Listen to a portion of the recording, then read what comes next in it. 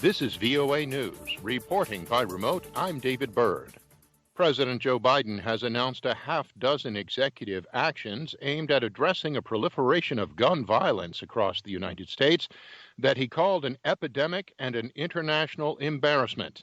AP's Sagar Meghani reports. With relatives of those killed in school shootings watching in the Rose Garden, the president called American gun violence an international embarrassment. The idea that we have so many people dying every single day from gun violence in America is a blemish on our character as a nation. After pledging last month to take immediate common sense steps, he announced a half-dozen executive actions on regulating homemade ghost guns and other steps. But the president has limited power to act on guns. There's much more that Congress can do. He's calling on the Senate to take up House-passed background check bills and urging lawmakers to go further.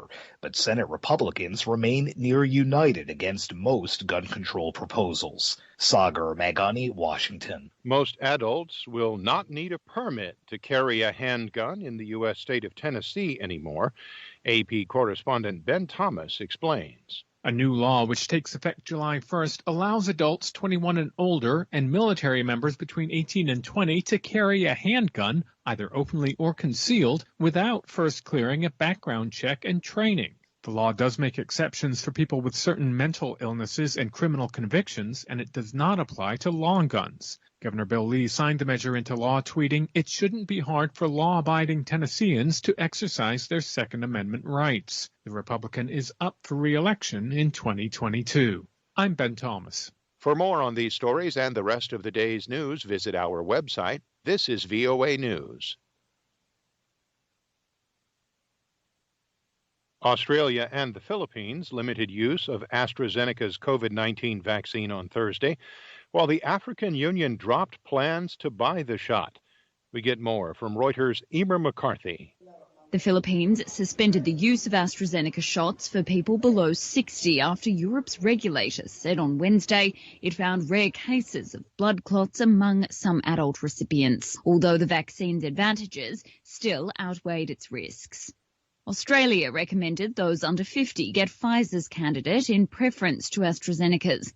The African Union says it is now exploring options with Johnson & Johnson, having dropped plans to buy AstraZeneca's vaccine from India's Serum Institute.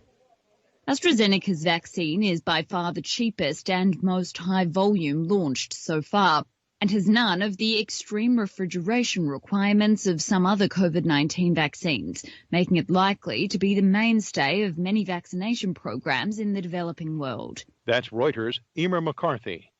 The World Health Organization says Africa's rollout of COVID-19 vaccine is being hampered by shortages and delays in planned deliveries.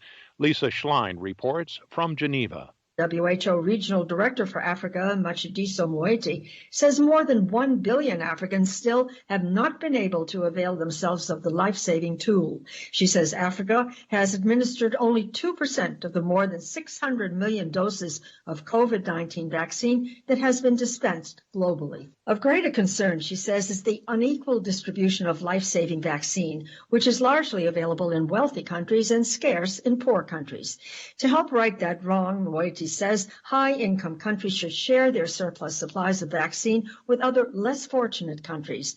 At the same time, she says they will minimize the emergence of further variants of the coronavirus and show solidarity in defeating the devastating disease. Lisa Schlein for VOA News, Geneva. The number of Americans applying for unemployment benefits rose last week to 744,000. A sign that many employers are still cutting jobs even as more people are vaccinated against COVID-19, consumers gain confidence, and the government distributes aid throughout the economy. The Labor Department said the applications increased by 16,000 from 728,000 a week earlier. Jobless claims have declined sharply since the virus slammed into the economy in March of last year, but they remain stubbornly high by historical standards.